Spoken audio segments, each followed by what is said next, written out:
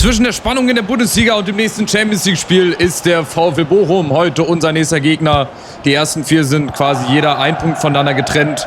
Es spitzt sich zu, auch in der Champions League dann gegen Straßburg geht es um wichtige Punkte. Und wenn ihr das nicht verpassen wollt, lasst gerne einen Daumen nach oben da, ein kostenloses Abo, um die nächsten Folgen auch nicht zu verpassen. Und wir starten heute rein mit einer etwas veränderten Truppe. Ich blicke nämlich schon mal so ein bisschen voraus auf Straßburg. Hier und da darf auch mal ein Jugendmann ran, Greco unter anderem. Kutschera von der Hitz von Anfang an spielt über den Flügel. Wir haben immer noch unser 4-3-3, das richtig gut momentan funktioniert. Gegen Düsseldorf zu Hause gewonnen. Also mit der Formation, mit der Truppe geht es also heute rein. Und hoffentlich mit dem nächsten Sieger. Wir könnten, wenn alles gut läuft, natürlich auch Tabellenführer werden, wenn die anderen Teams mitspielen.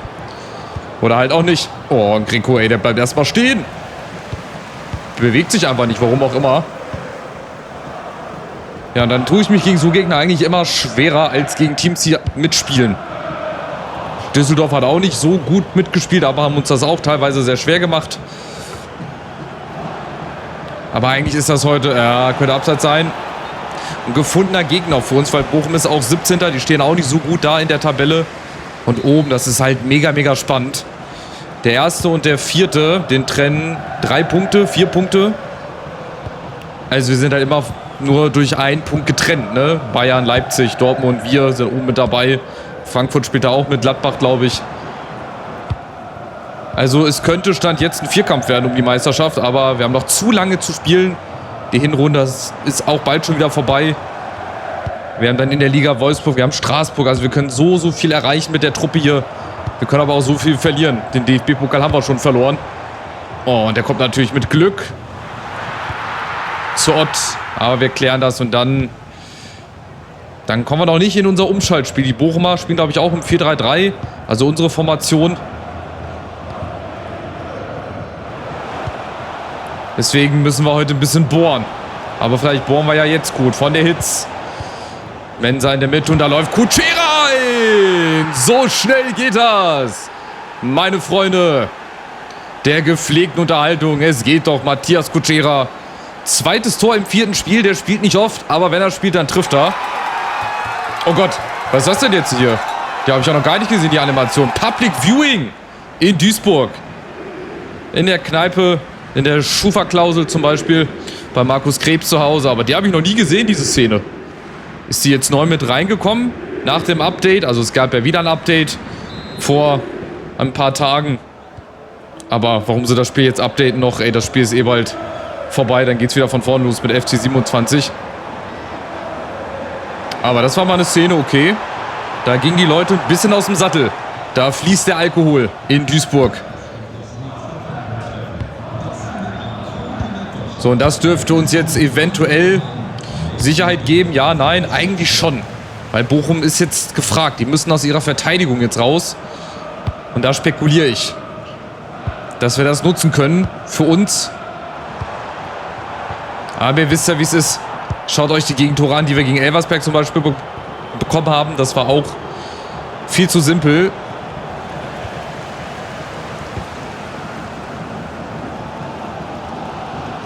Weil wir hinten dann auch zu sorglos verteidigen. Vorne funktioniert das. Vorne schießen wir immer 2 Tore. Minimum, habe ich so das Gefühl.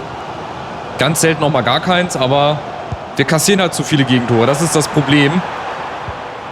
Und da hilft uns das 4-3-3 gerade sehr. Aber auch hier wieder das beste Beispiel. Die kombinieren sich durch. Da können wir spielen, wie wir wollen. Das ist ein totaler Hühnerhaufen, ey. Wenn jeder da hinläuft, wo er hin möchte und nicht da steht, wo er stehen soll, dann kassierst du auch gegen Bochum ein Gegentor. Hier, dann ist Pfeiffer und Kaspar stehen plötzlich nicht da, wo sie stehen sollen. Dann macht Felix auch diese Verlegenheitsgrätsche.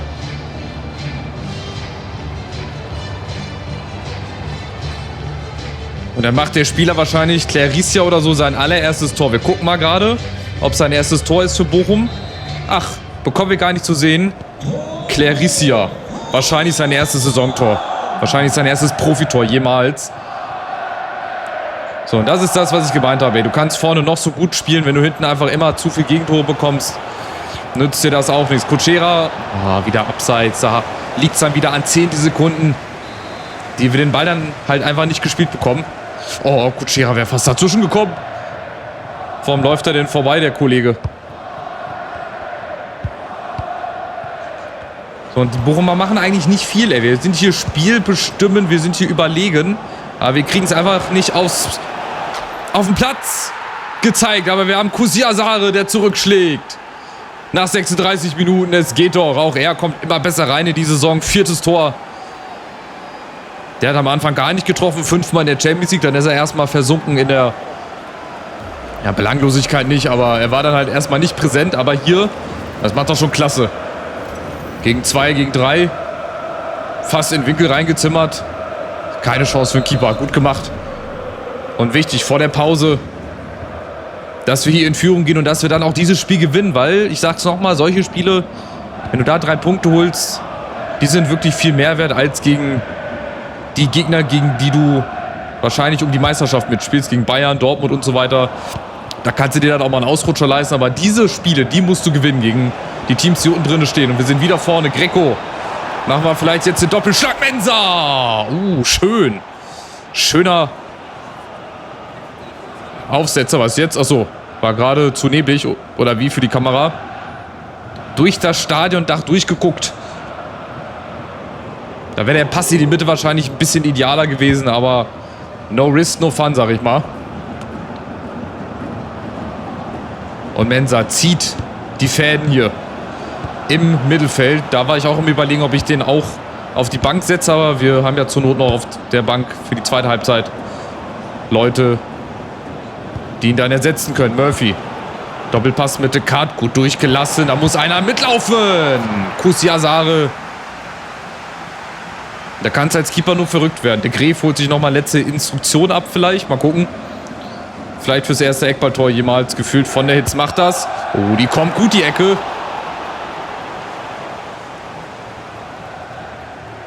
Aber ein ums andere Mal natürlich geht dieser Eckball nicht rein. Schiri könnte auch zur Pause pfeifen.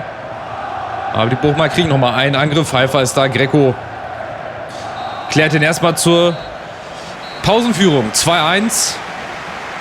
Es ist viel drin. Die Bochumer machen das gut, spielen gut mit, hatten wahrscheinlich nur einen Schuss. Ja, wie immer auch ganz typisch. Wenn der Gegner dann nur mal einen Schuss hat aufs Tor. Droh wechsle ich ein. De Graef.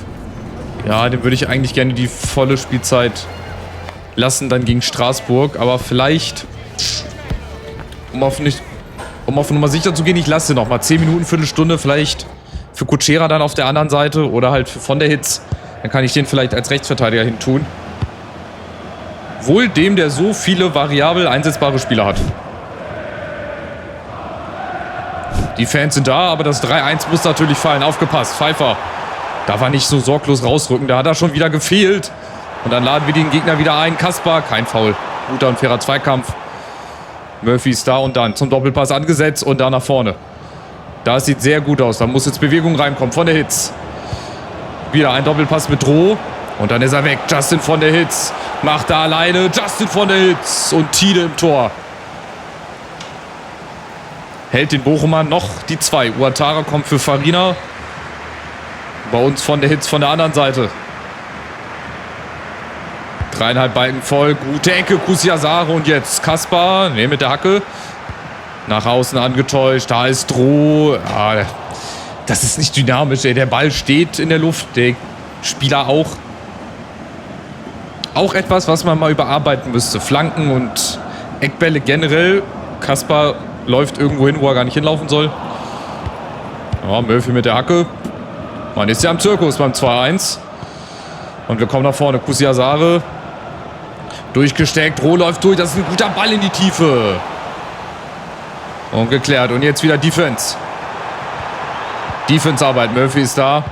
Es wird ein bisschen offener. Visiere sind unten von beiden Mannschaften. Von der Hitz sehr gut. Und immer wieder übers Tempo kommen. Immer wieder von der Hitz. Ja, könnte auch wieder zu spät sein. Nein, war genau richtig. Die Chance. Und Droh und Kutschera. Und ein weiterer Strich in unserer Aluminiumliste. Wahnsinn, ey. So gut ausgespielt und wir ziehen einfach zu genau. Es darf einfach nicht sein. Ich weiß nicht warum. Droh vielleicht wieder jetzt ein einfacher Doppelpass. Aber da muss Kusiasaro auch entgegenkommen.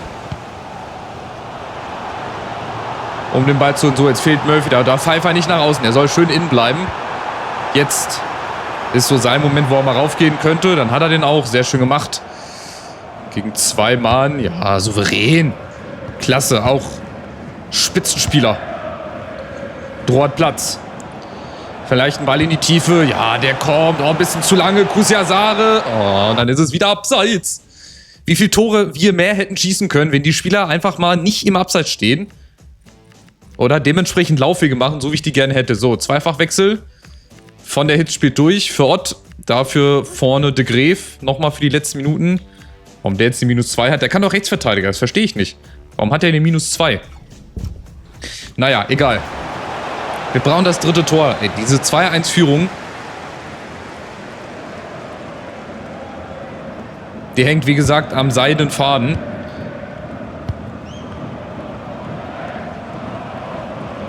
Aber ich muss auch für die Champions League planen. Ne? Deswegen habe ich auch von Anfang an ein paar andere Leute spielen lassen, dass die Stammkräfte fit sind. Und die Stammspieler hier, die habe ich ja jetzt rausgenommen nach ungefähr 65 Minuten. Ob das Spiel mit einberechnet hat, habe ich jetzt noch nie beobachtet, dass die Ausdauer dann eigentlich wieder ein bisschen mehr nach oben geht, wenn die Spieler frühzeitig ausgewechselt werden, was ja eigentlich logisch wäre. Aber was ist in dem Spiel schon logisch? Ja, Pass in die Tiefe wäre möglich gewesen. Droma alleine. An einem vorbei. Jetzt kriegt er vielleicht den Ball zurück. Nein, das machen wir so. Der Durchbruch von Nathan de Cat. Und jetzt dominieren wir das Spiel. Also zweite Halbzeit geht voll an uns. Aber wir schaffen es doch nicht, das dritte Tor zu schießen. Jetzt vielleicht! Und nicht durch eine Ecke. Es soll einfach nicht sein. Das haben die mit Absicht gemacht. Der Ball, der hat irgendwie nach den Eckbällen so ein Magnetfeld, dass der abgestoßen wird vom Tor. Weil der war ja auch wieder gut, die Ecke. Und der war eigentlich frei auch zum Kopfball. Und ein Innenverteidiger, also wenn der keine Kopfbälle drauf hat, wer sonst? Greco wieder Ball in die Tiefe. Doppelpass mit Kutschera. Nee, doch nicht. Dann jetzt hier Droh, de Cat. Ja, Bochum stehen. Warten auf die richtige Lücke. Sarko. Greef sucht auch wieder die Tiefe. Greco. Wir müssen die Bochumer bewegt bekommen hinten. Droh. Jetzt mal eine gute Flanke. Ja, die kommt gar nicht schlecht. Und der Cut setzt nach. Sehr schön. Feuer ab, Junge! Wir sind jetzt bei 20 Schüssen gefühlt schon angelangt. Also, dass es hier noch 2-1 steht, ist der größte Treppenwitz. Nächste Chance, nächster Eckball. Wieder von der Hitz. Die kommt gut. Aber es kommt keiner ran. Kasper auch nicht. Der Cut und von der Hitz außen. Natürlich unser Innenverteidiger. Der wahrscheinlich bessere Flanken schlägt als manch Stürmer. Die war echt gar nicht schlecht. Jetzt muss er wieder nach hinten. Hier darf er nochmal ins Gegenpressing rein. Aber jetzt muss er wieder nach hinten. Es sind noch 10 Minuten mit Nachspielzeit. Wir führen jetzt verdient mit 2-1. Aufgrund der zweiten Halbzeit. Sehr druckvoll. Sehr dominant. Aber halt nur 2-1. Das ist das Problem. Dann sind die Fans nochmal da, die letzten 10 Minuten. Man hört sie. Aber jetzt vielleicht Kutschera. Schöner Ball in den Lauf von Droh Kutschera. Und jetzt folgt auch ein Eckball nach dem anderen. Hier Tide mit der nächsten Parade. Das ist der beste Bochumer, besonders in der zweiten Halbzeit von der Hitz. Die kommt auch wieder nicht schlecht, die Ecke. Sarko. Gut, nochmal die Chance. Haben wir vielleicht einen besseren Schützen? Der Greef war doch gar nicht schlecht, oder? Ah, Sarko aber mit links. Vielleicht aber vom Tor weggezogen. Wir versuchen das mal. Sarko. Schöner Eckball. Greco kommt auch nicht ran. De Cat, Sarko ganz hinten, da winkt er. Oh. Ist er nicht rangekommen. Tristan de Graef. 4 Minuten noch mit Nachspielzeit. Auch mal die Grätsche auspacken, Murphy. Das Ding müssen wir jetzt ziehen. Also wenn wir kein drittes Tor mehr machen, dann darf ich jetzt auch kein zweites mehr bekommen.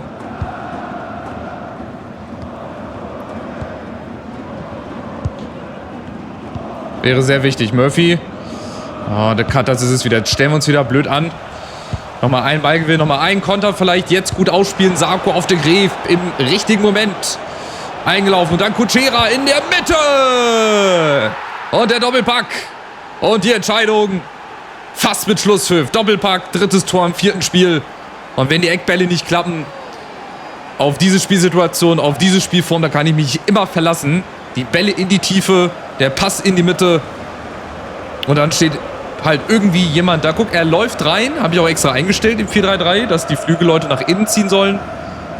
Und dann macht er, ja, zweimal das identische Tor. Läuft nach innen. Vorbei an Tide. Boah, Gott sei Dank, ey. 3-1. Kutschera, Mann des Spiels. Und quasi mit dem Schusspfiff. Also eine gute Vorbereitung auf die nächsten englischen Wochen. Jetzt kommt Straßburg, dann kommt Wolfsburg. Und mit den 3 Punkten in Bochum setzen wir uns auf jeden Fall weiterhin oben fest. Hier nochmal ein paar Ausschnitte aus der Bar. Ich weiß nicht, wieso die jetzt mit eingespielt wurden. Wahrscheinlich nach dem Update neu. Naja, weiter geht's. Satte 13 Schüsse ging auf unser Konto. Frankfurt gewinnt, Wolfsburg gewinnt, Leverkusen gewinnt. Und nur ein einziger Schuss vom VfL Bochum. Der war dann halt auch drin. So, weitere Nationalmannschaften melden sich. Nö. Norwegen werde ich nicht annehmen. 2 Angebote, also für unsere Jugendleute wahrscheinlich. Ne, Zayat und wen haben wir hier? Rafa Dominguez, Stürmer. Ja gut, das bringt jetzt nichts mehr. Wie gesagt, die spielen jetzt noch eine Saison. Da ist jetzt nicht mehr großartig was mit Transfers am machen. Ganz vergessen, sorry, ja, ganz vergessen, sorry. Ihr steht beide auf der Abschussliste und jetzt redet ihr über Gehalt. Das passt irgendwie nicht zusammen. So, was haben wir hier? Länderspielpause, Bailey Rice, aber noch lange nicht. Jetzt kommt erstmal Straßburg.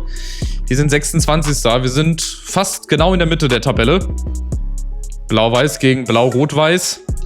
Gucken, wie die gespielt haben bislang. Ein Sieg, 2 Niederlagen, ein Unentschieden. Emega 3-4-2-1 vorne im Sturm. Anasi, Felix, ja, ich kenne die eigentlich nicht so, die Truppe. Rulli im Tor, der sagt mir noch was, wenn das der argentinische Torwart ist, der auch schon gefühlt seit 100 Jahren hier spielt. Moreira Junior. Die mit dem gelben Auge, glaube ich, oder mit diesem schwarzen Auge auf gelbem Hintergrund sind, glaube ich, Spieler, auf die man ein Auge haben muss.